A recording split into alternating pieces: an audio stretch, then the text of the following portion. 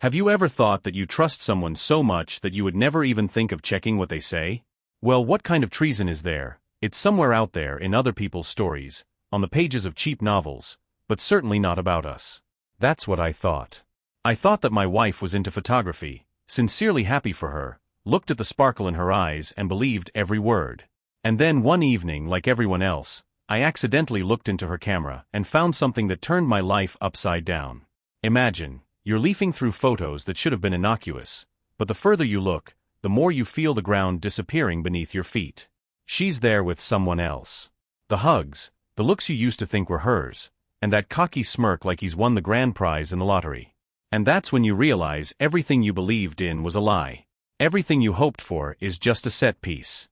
And there's no more tears, no more excuses. A new act begins, where your pain becomes a weapon, and her betrayal becomes the main incentive for your revenge. Thank you for watching my channel. I create videos for your enjoyment. Please subscribe if you want to support my efforts, it's very important to me. I apologize in advance for any mistakes, dubbing is done by neural network. Please point out mistakes in the comments so I can correct them. This story began quietly and almost imperceptibly.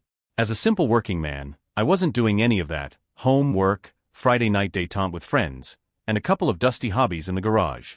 With his wife, Gloria, they lived quietly, without much upheaval. She always seemed to be the same home. She didn't go out much, except with her girlfriends once a month for their bachelorette parties.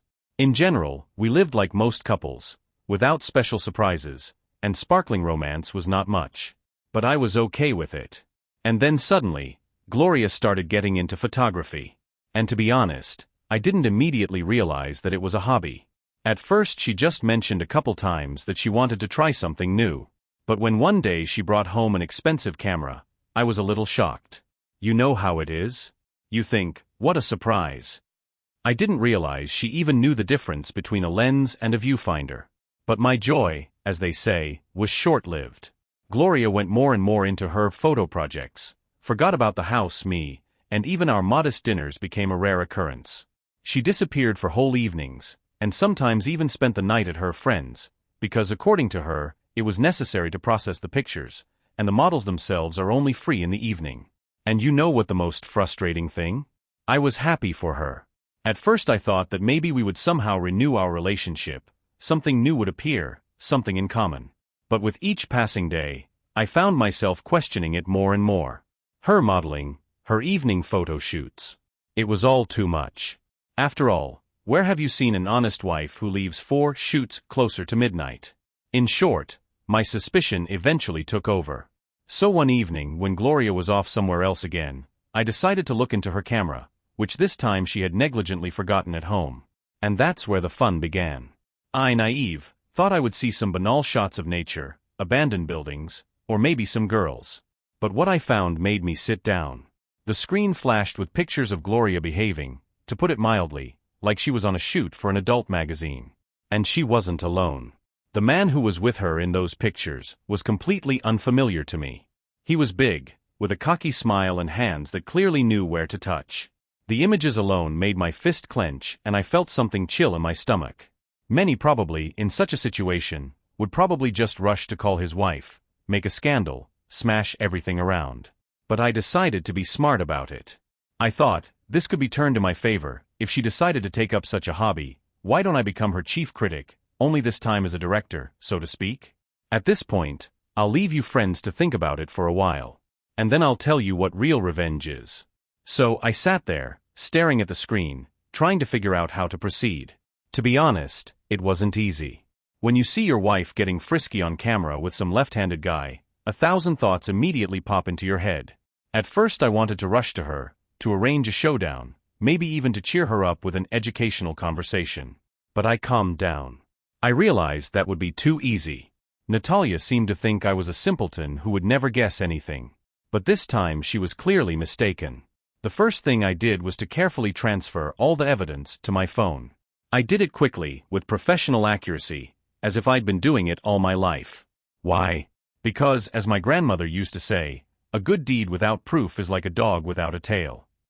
Let these photos now live on my device too, not just her camera. The next step was to track her habits. I was now closely following her shooting days, where and when she spent time. A couple of times I even drove her discreetly to her destination, pretending that I happened to be nearby. She, of course, smiled and said that everything was going great, that her photo works had already attracted several potential clients. I listened and nodded, mentally plotting my revenge. A few days later I was ready. My plan was to set things up so that her hobby would become obvious to everyone. But not in the way she had planned, in her hands, but in my scenario. I agreed with her that we would spend the weekend together, go out of town, take a little break from the whole routine. She, strangely enough, immediately agreed, and added that she missed the joint vacation. All would be nothing, but when I said that I could not go because of work, she suddenly saddened, but then, after a little hesitation, rejoiced that she could go alone. She said she would miss it, but that there were some interesting places waiting for her that she had wanted to visit for a long time. I almost laughed in her face. The whole boredom thing looked so fake that I didn't even pursue the subject. I let her go, but I knew exactly where she was going. It was all part of my plan. The next morning, knowing that Gloria and her model were going to have another shoot at a cozy country house, I decided to act. I got there a little early and got everything ready for their little photo fest. The most interesting part started when they finally showed up. They weren't even confused by my car parked a little further away, because, as I noticed, they were so busy with each other that they didn't notice anything around them. As soon as they entered the house and began their filming, I crept to the window and quietly looked inside. I will say this, the picture was not a pleasant one. Gloria was acting like a professional model, and her director was obviously happy with the result. However, I was ready for it and already knew what to do next. I entered abruptly, so that they wouldn't have time to realize what had happened. Gloria froze, as if in shock, and her partner immediately started mumbling something, but I quickly interrupted him. I said, "So, photographers, did you not expect such an invitation to a group viewing?" Gloria stood in a daze, pale as a sheet, and looked at me with huge eyes. Apparently, she really hadn't expected her little secret to come out so quickly. And her hero, who was a type, began to clasp his hands and mumble something, obviously hoping to slip out of the situation unnoticed. But I'm not the kind of person who lets such guests go unpunished. "Are you going to leave?" I say to him calmly, but with such a tone that he immediately froze.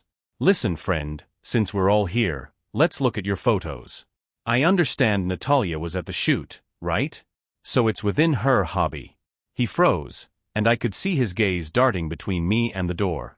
And I went on as if nothing had happened. "Come on, sit down. We're all going to see what you and my wife have been up to." Gloria started babbling something about, "It's not what it looks like, that it's just art," but her words only made me hotter. "Art, you say?" I thought. "So let's appreciate your art to the fullest."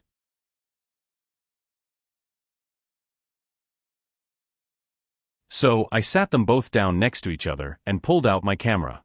Strangely enough, Gloria and her beau obediently sat there as if I was the director of the action. I raised the camera and said sarcastically, "Let's smile, gentlemen, as a memento. You, Gloria, wanted to capture the highlights, so I'm helping. I'm sure these shots will be much brighter than your previous ones." I clicked a couple of times, taking pictures of their frightened and humiliated faces. These pictures were a kind of symbol of justice for me. Let them know what it's like to be under the lens when you have nowhere to hide. Gloria was on the verge of tears, and her boyfriend, just pale and sweaty, sat silently, hesitant to say a word. Honestly, I was starting to get a little bored with their cowardly silences. So I decided to end this scene spectacularly. "Well, we appreciated the art. Gloria, here's a keepsake. Here," I tossed the memory card from her camera into her lap, having made a copy for myself beforehand. "Pack your things. And don't think you're coming home to me now. You and I, darling, are no longer on the same path." She tried to object, but I stopped her with one short phrase. "Don't make excuses. You're nothing to me." Gloria sat there dumbfounded, looking as dazed as if she'd just been slapped. She clearly hadn't expected me to not only know about her crush, but also to have the courage to make her look like that. And her beau sat there with his eyes drooping, as if hoping to disappear into thin air. I turned to him and said, "What, my friend? Did you think no one would find out? You like other people's wives, don't you? Well, as they say, you can't build on someone else's happiness." He mumbled something inaudible, trying to squeeze out some excuse, but I didn't give him a chance.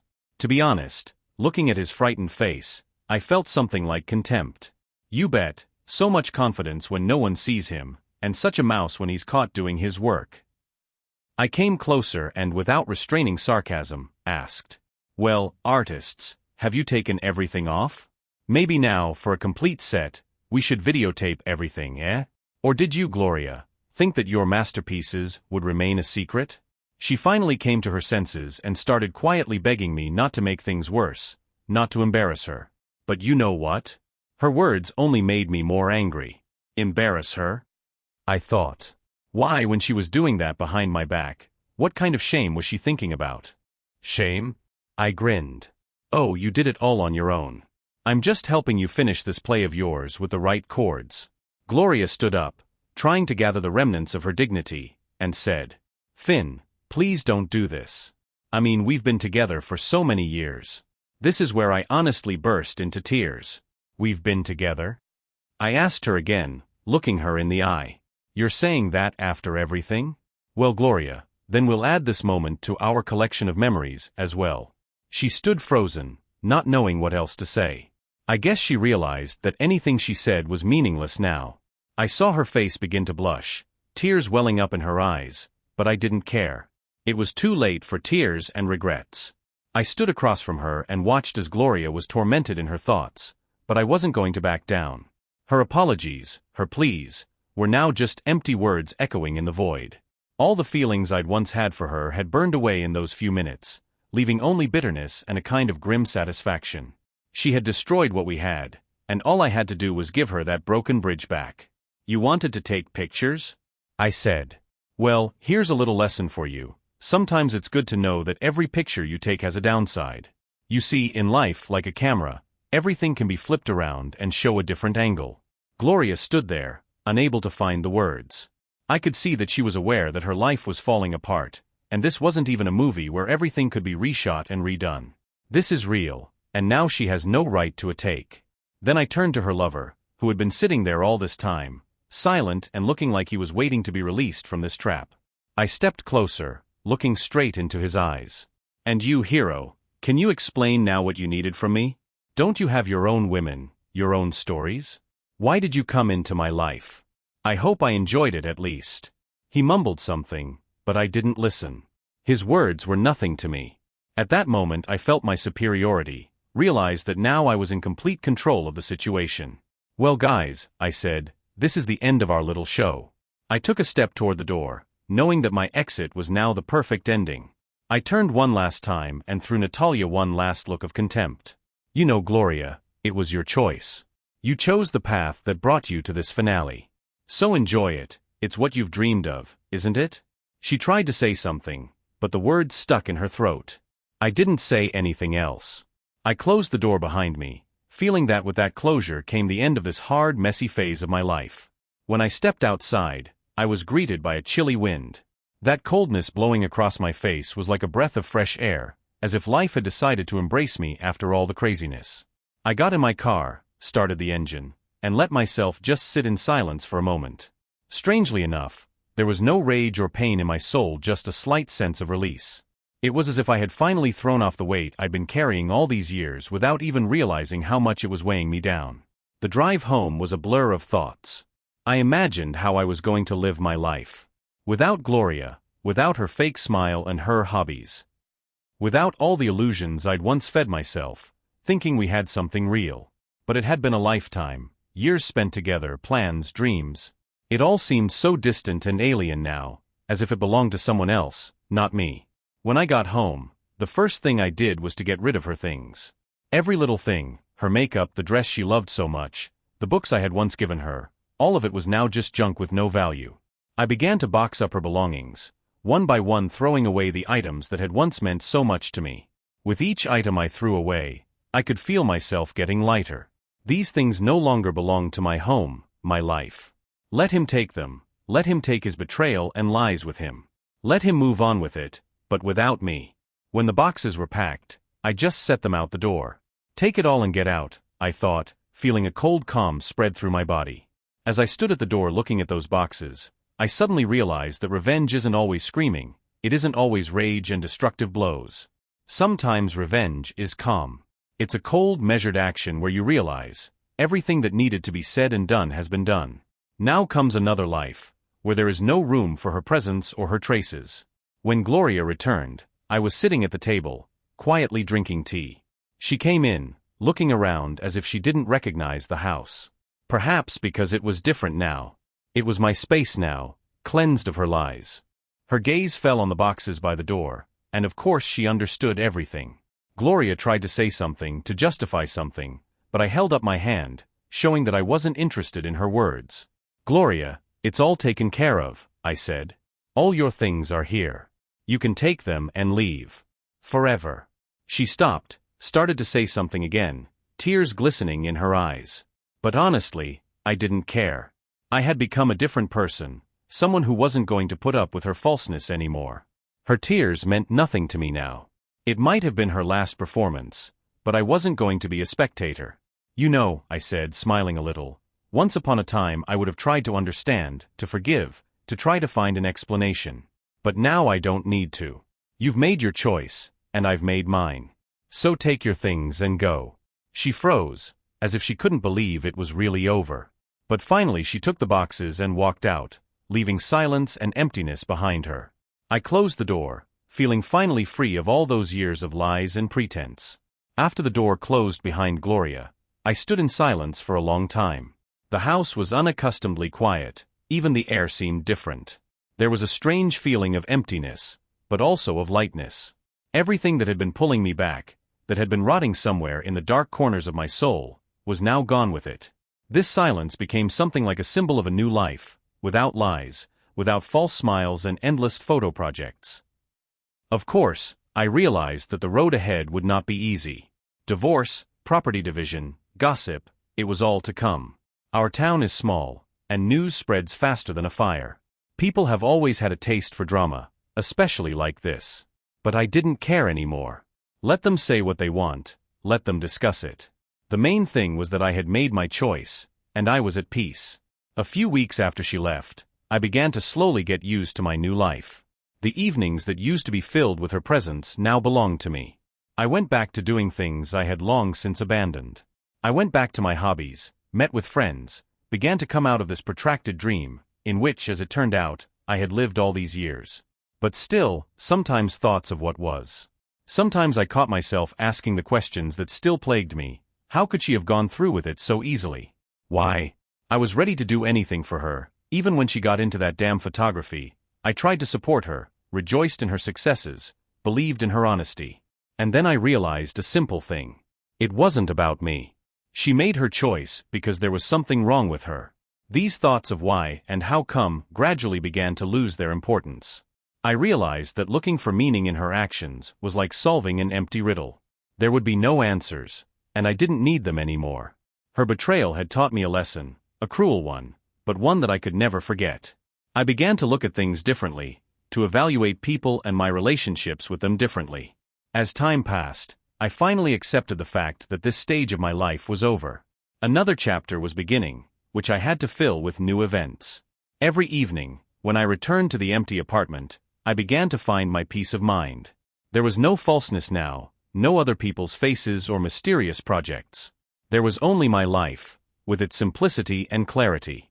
Of course, after her departure I had to deal with the formalities, divorce, division of property, as well as constant conversations behind the back, which arranged our mutual acquaintances. It's hard to keep secrets in a small town, much less a story like this. But it didn't bother me anymore. Let them say what they want. Let them judge. I knew the truth, and that was enough. For a moment I was even relieved to think that I would no longer have to go home every day thinking that another lie was waiting for me there. That was behind me now. As time went on, I realized that this event was a kind of liberation for me. Yes, I had lost years, believed in an illusion, trusted a man who was not worth that trust. But it was clear to me now that this was what had given me the impetus to change. I came out of this story with different eyes, with a different attitude to myself and to life. As they say, whatever happens is for the best, and strangely enough, I began to believe it. I began to slowly put my life in order, make my house cozy. I replaced some things, threw away old things that reminded me of the past. It was like a symbolic cleansing. I built my space anew, where every corner belonged only to me, where there was room only for honesty and simplicity. At some points I even felt sorry for Gloria. I thought about where she was going now, what she would do with this freedom of hers. But those thoughts were fleeting. I knew that from the day she closed the door behind her, our paths had parted forever, and I had no desire to go back to that. As the months passed, I became more and more convinced that it was the right move. My life became peaceful, filled with the things that brought me true pleasure. I began to enjoy the little things again, to make plans, to grow. This feeling of independence, freedom and clarity of mind was more precious than all the deceptive illusions I had once believed in. So if someone asks me if it was painful, yes, of course it was. But it was in that pain that my cleansing, my journey back to myself, took place. Sometimes destruction is the best way to start fresh. I live for myself now. And honestly, I don't know what's next. But I do know that my life belongs to me now.